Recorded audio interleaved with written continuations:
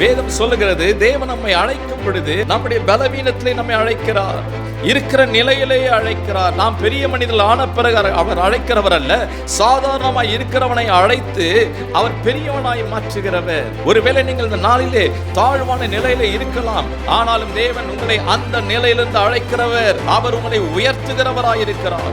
ஆண்டவர் சொல்லுகிறார், உங்களுடைய தகப்பனாகிய ஆபிரகாமையும் உங்களை பெற்ற சாராளையும் நோக்கி பாருங்கள், அவன் ஒருவனாய் இருக்கையில் அவனை அழைத்து, ஒரே ஒருவனாய் இருந்த அந்த ஆபிரகாமை தேவன் அழைத்து, உன்னை ஆசீர்வதிப்பேன், நீ ஆசீர்வாதமாய் இருப்பாய் என்று சொன்ன தேவன் அவனை ஆசீர்வதித்து அப்படியே அவனை பெருக பண்ணினார்.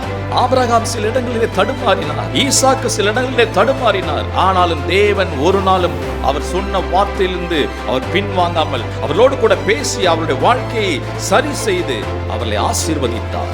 தேவன் நம்மையும் அப்படியே ஆசீர்வதிக்க அவர் சித்தம் கொண்டவராயிருக்கிறார்.